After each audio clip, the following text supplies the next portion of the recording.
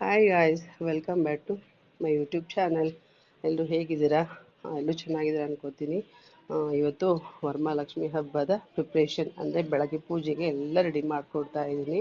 Almost ಎಲ್ಲ ready ಮಾಡಿ ಇಟ್ಟಿದ್ದೀನಿ. ಇನ್ನು ಬಾಗಿಲೆಲ್ಲ ನೀಟಾಗಿ ಕುಂಕುಮ ಎಲ್ಲ ಇಡಬೇಕಿತ್ತು ಅಂತೇಳಿ ಅದನ್ನೆಲ್ಲ ಹೂವು ಎಲ್ಲ ಹಾಕಿ ನೀಟಾಗಿ ರಂಗೋಲಿ ಹಾಕಿಟ್ಟಿದ್ರೆ ನನ್ನ ಮಕ್ಕಳು ಆಲ್ಮೋಸ್ಟ್ ಓಡಾಡಿ ಇಬ್ರು ಚಾಕ್ ಪೀಸಲ್ಲಲ್ವಾ ಹಾಕಿದ್ದು, ಸೊ ಹಂಗಾಗಿ ಎಲ್ಲ ಓಡಾಡಿ ಎಳಿಸ್ಬಿಟ್ಟಿದ್ದಾರೆ. ಇನ್ನು ತುಳಸಿ ಹತ್ರ ಮಾತ್ರ ಒಂಚೂರು ನೀಟಾಗಿ ಕಾಣಿಸ್ತಾ ಇದೆ ಅಷ್ಟೇ. ಅದು ಬಿಟ್ಟರೆ ಇನ್ನು ಎಲ್ಲ ಕಡೆನೂ ಅಳಿಸ್ಬಿಟ್ಟಿದ್ದಾರೆ ಅವರು. ಇವಾಗ ನಾನು ದೀಪ ಹಚ್ಚೋಣ ಅಂತ ಹೇಳಿ ಎಲ್ಲ ಕೈಗೆ ಹೂವು ಎಲ್ಲ ಕಟ್ಟಬೇಕಲ್ಲ, ಸೊ ಅದನ್ನೆಲ್ಲನೂ ಇಟ್ಟು ಅಲ್ಲಿ ಫಸ್ಟು ಗಣಪತಿ ಪೂಜೆ ಮಾಡಬೇಕಲ್ವ. ಸೊ ಹಂಗಾಗಿ ನಾನು ಗಣಪತಿ ಯಾವ್ದ್ರಲ್ಲಿ ಮಾಡಿದೆ ಅಂದರೆ ಅರ್ಶಿಣದಲ್ಲಿ ಹಳದಿನ ನೀಟಾಗಿ ನೀರಲ್ಲಿ ಕಲಸಿ ಅದನ್ನು ಗಣಪತಿ ಥರ ಅಂದರೆ ಮಾಮೂಲಿ ಥರ ಇದ್ರ ಥರ ಮಾಡಿದೆ ಅಷ್ಟೇ, ಇನ್ನೇನಿಲ್ಲ.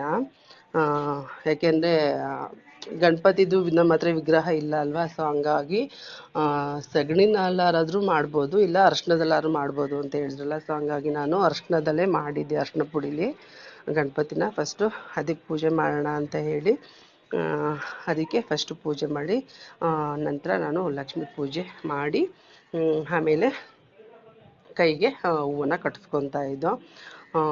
ವರ್ಷ ಯಾವಾಗಲೂ ಸ್ವಲ್ಪ ಒಂಚೂರು ಅಂದರೆ ಏನೋ ಒಂಥರ ಬೇಗ ಎದ್ದು ಚೆನ್ನಾಗಿ ಮಾಡ್ತಾಯಿದ್ದೆ, ನಂಗೆ ಒಂಥರ ಮನ್ಸಿಗೆ ತೃಪ್ತಿ ಇತ್ತು.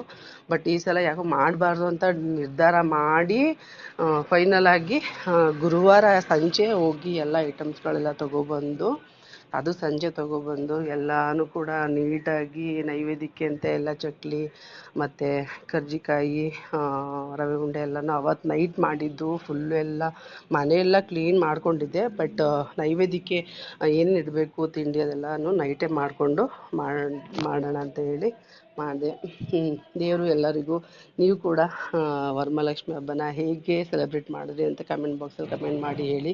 ನಾನು ತುಂಬ ಸಿಂಪಲ್ಲಾಗೇ ಮಾಡಿದೆ, ನನಗೆ ನನ್ನ ಸಮಾಧಾನಕ್ಕೆ ಅಂತ ಹೇಳಿ ಬಿಡಬೇಕಲ್ಲ, ಮಾಡ್ದೇ ವರ್ಷ ಮಾಡ್ತಿದ್ದೆ, ಬಟ್ ಈ ವರ್ಷ ಮಾಡಿಲ್ವಲ್ಲ ಅಂತ ಹೇಳಿ ಬಿಡಬೇಕಲ್ಲ ಅದಕ್ಕೋಸ್ಕರ ಸಿಂಪಲ್ಲಾಗಿ ಮಾಡಿ ಮುಗಿಸ್ದೆ. ನಮ್ಮದು ಕಿಚನಲ್ಲಿ ದೇವ್ರ ಮನೆ ಇರೋದು, ಸೊ ಹಂಗಾಗಿ ಅಲ್ಲಿ ತುಂಬ ಜಾಗ ತುಂಬ ಚಿಕ್ಕದಾಗಿತ್ತು, ಮುಂದೆ ಕಾಲಿಡೋಕ್ಕೂ ಹೋಗೋಕೆ ಆಗ್ತಾ ಇರಲಿಲ್ಲ, ಯಾಕೆಂದರೆ ಐಟಮ್ಸ್ಗಳು ಇಟ್ಟಿದ್ದಲ್ಲ. ಹಂಗಾಗಿ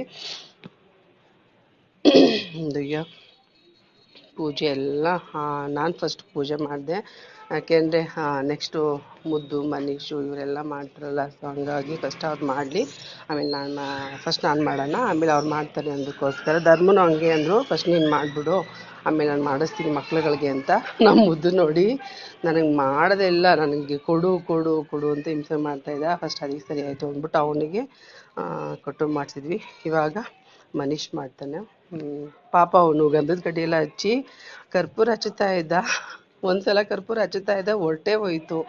ಆಮೇಲೆ ಧರ್ಮ ಸರಿ ಆಯಿತು, ಏನಾಗಲ್ಲ ಬಿಡು ಅಂತ ಹೇಳಿ ಧರ್ಮ ಮಾಡ್ತಾಯಿದ್ದಾರೆ. ಇವಾಗ ಅಲ್ಲಿ ರಂಗೋಲಿ ಎಲ್ಲ ಹೋಗ್ಸೇ ಬಿಟ್ಟಿದ್ದಾರೆ. ನನಗಂತೂ ಹೊಸಿ ಬೇಜಾರಾಯ್ತಿರಲಿಲ್ಲ, ಅದಕ್ಕೆ ನಾನು ಡೈಲಿ ಬೆಳಗ್ಗೆ ರಂಗೋಲಿನೇ ಹಚ್ಚಲ್ಲ ನಾನು. ಯಾಕೆಂದರೆ ಮಕ್ಳುಗಳೆಲ್ಲ ಓಡಾಡಿ ಹಾಳು ಮಾಡಿಬಿಡ್ತಾರೆ, ಎಲ್ಲ ಅಳಿಸೇ ಬಿಟ್ಟಿರ್ತಾರೆ ಅಂತ ಹೇಳಿ ನಾನು ಕರ್ಪೂರದ್ದು ಆರತಿ ಮಾಡಿರಲಿಲ್ಲ.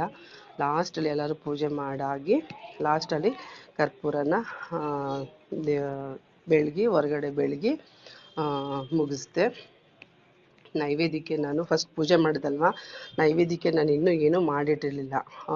ಏನು ಮಾಡಿಟ್ಟಿದ್ದೆ ಅಂದರೆ ಹಣ್ಣು ತುಪ್ಪ ಬೆಲ್ಲ ಅದನ್ನು ಮಿಕ್ಸ್ ಮಾಡಿರ್ತಾರಲ್ಲ ಅದನ್ನೊಂದು ಮಾಡಿದ್ದೆ, ಮತ್ತು ಹಸಿ ಹಾಲು ಒಂದು ಗ್ಲಾಸು ಅದನ್ನು ಮಾಡಿಟ್ಟಿದ್ದೆ ಅಷ್ಟೇ, ಬೇರೆ ಇನ್ನೇನು ಮಾಡಿರಲಿಲ್ಲ. ನೋಡಿ ಇವಾಗ ಮನೀಶ್ ಕೂಡ ಮಂಗಳಾರತಿ ಮಾಡ್ತಾಯಿದ್ದಾನೆ. ಹೋಯ್ತು, ನಾನು ಹೇಳಿದ್ನಲ್ಲ ಹೋಯ್ತು, ಅವ್ರ ಪಪ್ಪ ಹಚ್ಕೊಟ್ರು. ಎಲ್ಲ ಪೂಜೆ ಎಲ್ಲ ಮುಗಿಸಿ ಇವಾಗ ಊಟಕ್ಕೆ ಟೈಮ್ ಆಲ್ರೆಡಿ 12 ಗಂಟೆ ಆಗಿತ್ತಲ್ವ ಅಂತ ಹೇಳಿ ಊಟ ಹಾಕ್ಕೊಡಮ್ಮ ಅಂತ ಅಂದರು. ಊಟ ಹಾಕ್ಕೊಟ್ಟೆ. ನಾನು ಜಾಸ್ತಿ ಏನೂ ಮಾಡಿರಲಿಲ್ಲ, ಸಲ ಒಬ್ಬಟ್ಟು ಮಾಡೋಣ ಅಂತ ಅಂದ್ಕೊಂಡೆ, ಬಟ್ ಒಬ್ಬಟ್ಟು ಮಾಡೋಕ್ಕೆ ಆಗಲಿಲ್ಲ.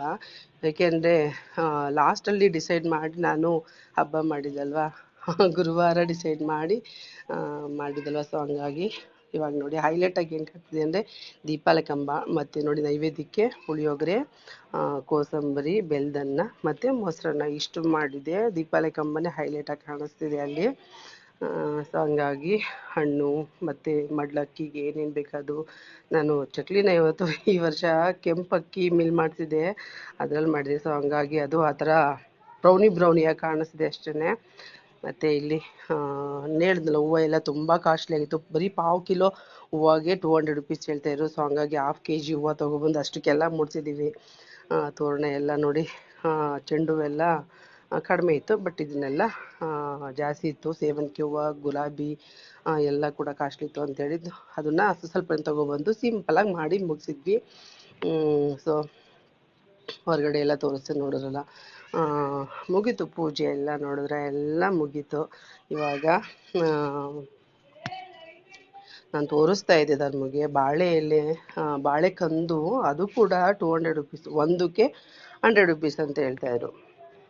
ಅದಕ್ಕೆ ಧರ್ಮ ಇಷ್ಟೆಲ್ಲ ಖರ್ಚು ಮಾಡಿ ಅಲ್ಲ, ಅದೇನು ಊರುಗಳ ಕಡೆ ಎಲ್ಲ ತುಂಬ ಚೀಪಾಗಿ ಸಿಗ್ತದೆ, ನಾವು ನಮ್ಮ ಗಿಡದಲ್ಲೇ ಇರ್ತವೆ, ಇಲ್ಲಿ ನೋಡು ದುಡ್ಡು ಸಂಪಾದನೆ ಮಾಡೋಕ್ಕೋಸ್ಕರ ಹಿಂಗೆಲ್ಲ ಮಾಡ್ತಾರೆ. ಒಂದು ಬಾಳೆಕಂದಿಗೆ 100 ರೂಪಾಯಿ ಅಂತ ಹೇಳ್ತಾ ಇದ್ರಲ್ಲ, ಏನಪ್ಪ ಅಂದ್ಕೊಂಡು ಹೋಗಿ ಆಯಿತು ಬಿಡು, ಹಬ್ಬ ಮಾಡಬೇಕಲ್ಲ ಅಂತ ಹೇಳಿ ತೊಗೊಬಂದು ಪೂಜೆನ ಮುಗಿಸಿದ್ವಿ. ನಾನು ಊಟಕ್ಕೆ ಏನು ಮಾಡಿದೆ ಅಂತ ಅಂದರೆ ಕೋಸಂಬರಿ ಮಾಡಿದೆ, ಆಮೇಲೆ ಪುಳಿಯೋಗರೆ, ಮತ್ತು ನುಗ್ಗೆಕಾಯಿ ಸಾಂಬಾರು, ನುಗ್ಗೆಕಾಯಿ ಬೇಳೆ ಆಲೂಗಡ್ಡೆ ಹಾಕಿ ಮಾಡ್ತಾರಲ್ಲ ಆ ಥರ ಸಾಂಬಾರು ಮಾಡಿದೆ.